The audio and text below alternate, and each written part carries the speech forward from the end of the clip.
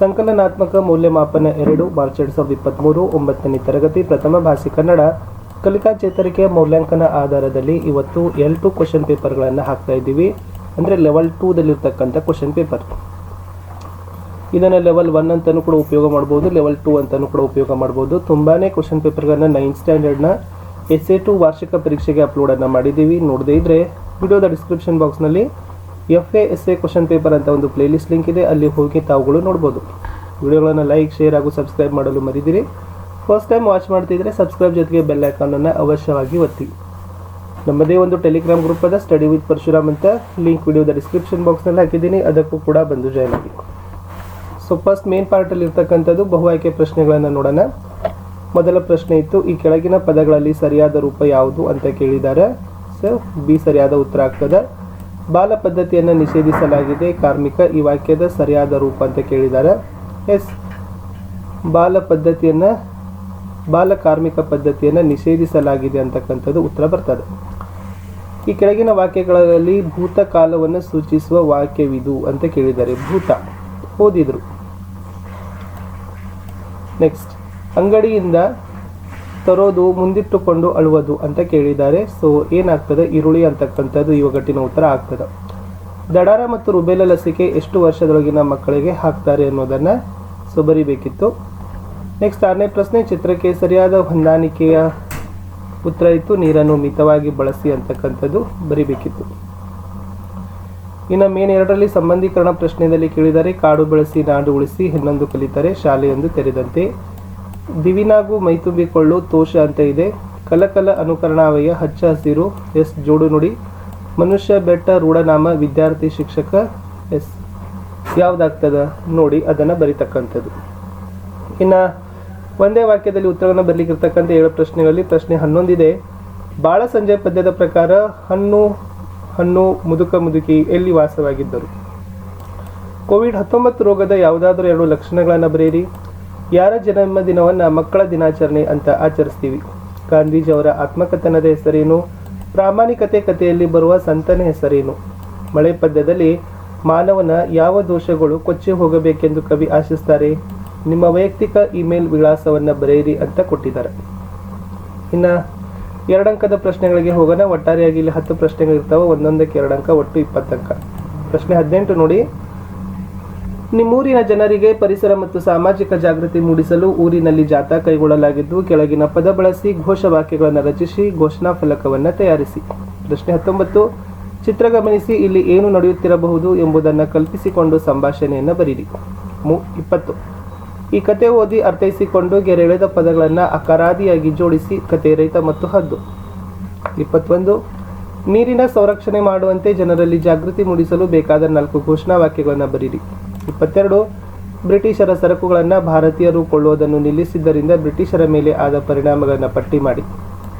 ನೀವು ಭಾಗವಹಿಸಿದ ಯಾವುದಾದರೊಂದು ಜಾತ್ರೆ ಅನುಭವವನ್ನು ಕುರಿತು ನಿಮ್ಮದೇ ಆದ ಮಾತುಗಳಲ್ಲಿ ಬರೀರಿ. ನಿಮ್ಮ ಬಾಲ್ಯದಲ್ಲಿ ನಡೆದ ಒಂದು ವಿಶೇಷ ಘಟನೆ ಕುರಿತು ಸ್ವಾರಸ್ಯವಾಗಿ ಬರೆಯಿರಿ. ರೈತ ದೇಶದ ಬೆನ್ನೆಲುಬು ಎಂಬ ಹೇಳಿಕೆಯನ್ನು ನೀವು ಒಪ್ಪುವಿರಾ? ಒಪ್ಪುವುದಾದರೆ ಕಾರಣಗಳನ್ನು ಬರೀರಿ. ಕಪ್ಪೆಗಳ ಸಂತತಿಯ ಮೇಲೆ ಪರಿಣಾಮ ಬೀರುವ ಮನುಷ್ಯನ ವರ್ತನೆಗಳು ಯಾವುವು? 27, ಕೆಳಗೆ ಕೊಟ್ಟಿರುವ ಸುಳುಹುಗಳ ಆಧಾರದ ಮೇಲೆ ಬಯಲು ಸೀಮೆಯ ವರ್ಣನೆಯನ್ನು ಬರೆಯಿರಿ. ಇಲ್ಲಿರ್ತಕ್ಕಂಥ ಸುಳುಹುಗಳು ಇತ್ತು. ಮುಂದಿನ ಪ್ರಶ್ನೆ, ಈ ಕೆಳಗಿನ ಪ್ರಶ್ನೆಗಳಿಗೆ ಉತ್ತರಗಳನ್ನು ಬರಲಿಕ್ಕೆ ಹೇಳಿದ್ದಾರೆ. 3 ಅಂಕದ ಪ್ರಶ್ನೆಗಳು, ಒಟ್ಟು 11 ಪ್ರಶ್ನೆಗಳಿರ್ತಾವೆ, 33 ಅಂಕಗಳು ಈ ವಿಭಾಗಕ್ಕೆ.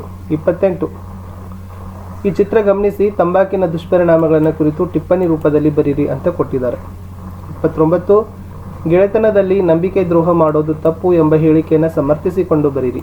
30, ನೀವು ಓದಿದ ಒಂದು ಪುಸ್ತಕದ ಹೆಸರು, ಲೇಖಕರ ಹೆಸರು ಮತ್ತು ಆ ಪುಸ್ತಕದಲ್ಲಿ ನಿಮಗೆ ಇಷ್ಟವಾದ ಅಂಶಗಳು ಯಾವುವು, ಕಾರಣಗಳನ್ನು ಪಟ್ಟಿ ಮಾಡಿ. 31, ಸೈಬರ್ ವಂಚಕರ ವಂಚನೆಯಿಂದ ತಪ್ಪಿಸಿಕೊಳ್ಳಲು ಯಾವೆಲ್ಲ ಮಾರ್ಗಗಳನ್ನು ಅನುಸರಿಸಬಹುದು ತಿಳಿಸಿ. 32, ಯಾವುದಾದರೊಂದು ಗಾದೆ ಮಾತನ್ನು ವಿಸ್ತರಿಸಿ ಬರೀರಿ. ಉಪ್ಪು ತಿಂದವನು ನೀರು ಕುಡಿಯಲೇಬೇಕು, ಕೋಟಿ ವಿದ್ಯೆಗಿಂತ ಮೇಟಿ ವಿದ್ಯೆ ಮೇಲು. ನಿಮ್ಮ ಒಂದು ದಿನದ ಸಂಪೂರ್ಣ ದಿನಚರಿಯನ್ನು ಬರೆಯಿರಿ. ನಿಮ್ಮ ಊರಿನಲ್ಲಿ ಅಥವಾ ನಿಮ್ಮ ಮನೆಯಲ್ಲಿ ಬಿದಿರಿನ ಯಾವ ಕೆಲಸಗಳಿಗೆ ಬಳಸ್ತಾರೆ ಎಂಬುದನ್ನು ಕುರಿತು ಟಿಪ್ಪಣಿ ರೂಪದಲ್ಲಿ ಬರೆಯಿರಿ. ನಿಮ್ಮೂರಿನ ಗಣೇಶೋತ್ಸವವನ್ನು ಸುಗಮವಾಗಿ ನೆರವೇರಲು ಗ್ರಾಮ ಪಂಚಾಯಿತಿಯವರ ಪ್ರಕಟಣೆಯನ್ನು ಹೊರಡಿಸಿಕೊಟ್ಟಿದ್ದಾರೆ. ಅದಕ್ಕೆ ಪ್ರಕಟಣಾ ಪತ್ರವೊಂದನ್ನು ಸಿದ್ಧಪಡಿಸಿ. 36 ಕೊಟ್ಟಿರುವ ಸಿದ್ದಲಿಂಗಯ್ಯನವರ ಆತ್ಮಕಥನದ ಭಾಗ ಜೀವನ ಚರಿತ್ರೆಯಾಗಿ ಪರಿವರ್ತಿಸಿ ಬರೆಯಿರಿ. ಅಭಿನಯ ಕಲೆಯಲ್ಲಿ ಮೊದಲ ಪಾಠ. 37. ಶಶಾಂಕನು ತನ್ನ ಹಸಿವನ್ನು ನೀಗಿಸಿಕೊಳ್ಳಲು ಕಂಡುಕೊಂಡ ದಾರಿ ಸರಿಯೇ? ಹಾಗಾದರೆ ಅವನು ಏನು ಮಾಡಬಹುದಿತ್ತು? ಪಟ್ಟಿ ಮಾಡಿ. ಕೊಟ್ಟಿರುವ ಪದ್ಯವನ್ನು ನಿಮ್ಮದೇ ರೀತಿಯಲ್ಲಿ ಮುಂದುವರಿಸಿ. ಹಂಸ ಒಂದು ಬಳಕೆ ನಿಂತು ಹೇಳಿತೇನನು, ನನ್ನ ನಡಿಗೆ ನನಗೆ ಚಂದ ಹೆಮ್ಮೆ ಪಡುವೆನು. ನೆಕ್ಸ್ಟ್, ಈ ಕೆಳಗಿನ ಪ್ರಶ್ನೆಗಳಿಗೆ ಉತ್ತರಿಸಿರಿ. ಒಟ್ಟಾರೆಯಾಗಿ 5 ಪ್ರಶ್ನೆಗಳು, ಒಂದೊಂದಕ್ಕೆ 4, 20 ಅಂಕ. 39 ಇತ್ತು. ಈ ಕೆಳಗಿನ ಜನಪದ ಗೀತೆಯನ್ನು ಅರ್ಥ ಮಾಡಿಕೊಂಡು ಅಲ್ಲಿನ ಪಾತ್ರಗಳಿಗೆ ಅನುಸಾರವಾಗಿ ಸಂಭಾಷಣೆಯನ್ನು ಬರೀರಿ. ಮುಂದಿನ ಪ್ರಶ್ನೆ 40. ಈ ಕೆಳಗಿನ ವಚನ ಓದಿ ಅರ್ಥೈಸಿಕೊಂಡು ಮೌಲ್ಯಾಧಾರಿತ ಸಾರಾಂಶವನ್ನು ಬರೀರಿ. ಮುಂದಿನ ಪ್ರಶ್ನೆ 41. ಪತ್ರಲೇಖನ ಇದೆ. ನಿಮ್ಮ ಶಾಲಾ ವಾರ್ಷಿಕೋತ್ಸವದಲ್ಲಿ ಊರಿನ ಪ್ರಗತಿಪರ ರೈತರೊಬ್ಬರನ್ನು ಸನ್ಮಾನಿಸಲು ಅವರ ವ್ಯಕ್ತಿ ಸಾಧನೆ ಪರಿಚಯವನ್ನು ಬರೆಯಬೇಕಾಗಿದೆ. ಆ ಕಾರಣ ನೀವು ನಿಮ್ಮ ಊರಿನ ರೈತರೊಬ್ಬರನ್ನು ಸಂದರ್ಶಿಸಿ ಅವರ ಪರಿಚಯವನ್ನು ಬರೀರಿ. ಅಥವಾ ನಿಮ್ಮ ಶಾಲಾ ವಾರ್ಷಿಕೋತ್ಸವದಲ್ಲಿ ನಮ್ಮ ದೇಶದ ಸೈನ್ಯದಲ್ಲಿ ಸೇವೆ ಸಲ್ಲಿಸುತ್ತಿರುವ ಯೋಧನನ್ನು ಸನ್ಮಾನಿಸಲು ಅವರ ವ್ಯಕ್ತಿ ಸಾಧನೆ ಪರಿಚಯವನ್ನು ಬರೆಯಬೇಕಾಗಿದೆ. ಆ ಕಾರಣ ನೀವು ನಿಮ್ಮ ಊರಿನ ಯೋಧನೊಬ್ಬನನ್ನು ಸಂದರ್ಶಿಸಿ ಅವರ ಪರಿಚಯವನ್ನು ಬರೀರಿ. ಪಾರಿವಾಳ ಪದ್ಯದ ಸಾರಾಂಶವನ್ನು ನಿಮ್ಮ ಮಾತುಗಳಲ್ಲಿ ಬರೀರಿ. ಅಥವಾ ಯೋಧ ಮತ್ತು ಹೆಂಗಸು ಪದ್ಯದ ಸಾರಾಂಶವನ್ನು ನಿಮ್ಮ ಮಾತುಗಳಲ್ಲಿ ಬರೀರಿ. 43. ಈ ಸರಣಿ ಚಿತ್ರವನ್ನು ಅವಲೋಕನವನ್ನು ಮಾಡಿ ಕತೆ ರಚಿಸಿ, ಕತೆಗೆ ಒಂದು ಶೀರ್ಷಿಕೆ ಕೊಡಿ ಅಂತ ಕೇಳಿದ್ದಾರೆ. 44ರಲ್ಲಿ ಪತ್ರ ಇದ್ದಾವೆ. ನೀವು ನೋಡಿದ ಜಾತ್ರೆ ಸೊಬಗನ್ನ ಕುರಿತು ದೊಡ್ಡಪ್ಪನ ಮಗಳು ಅಥವಾ ಮಗನಿಗೆ ಒಂದು ವೈಯಕ್ತಿಕ ಪತ್ರ ಬರೀರಿ.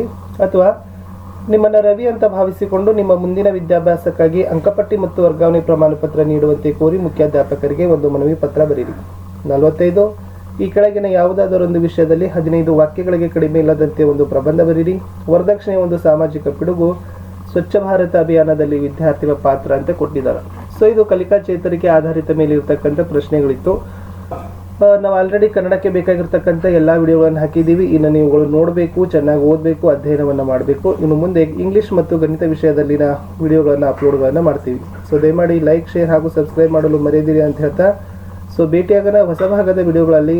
ಸೊ ದಯಮಾಡಿ ತಾವುಗಳು ಉತ್ತರಗಳನ್ನು ನೀವೇ ಪ್ರಿಪ್ರೇಷನ್ಸ್ಗಳನ್ನು ಮಾಡ್ಕೊಳ್ಬೇಕು ಅಂತ ಹೇಳ್ತಾ ಸಿಗ್ತೀನಿ ಹೊಸ ಭಾಗದಲ್ಲಿ. ಅಲ್ಲಿಯವರೆಗೂ ಬಾಯ್.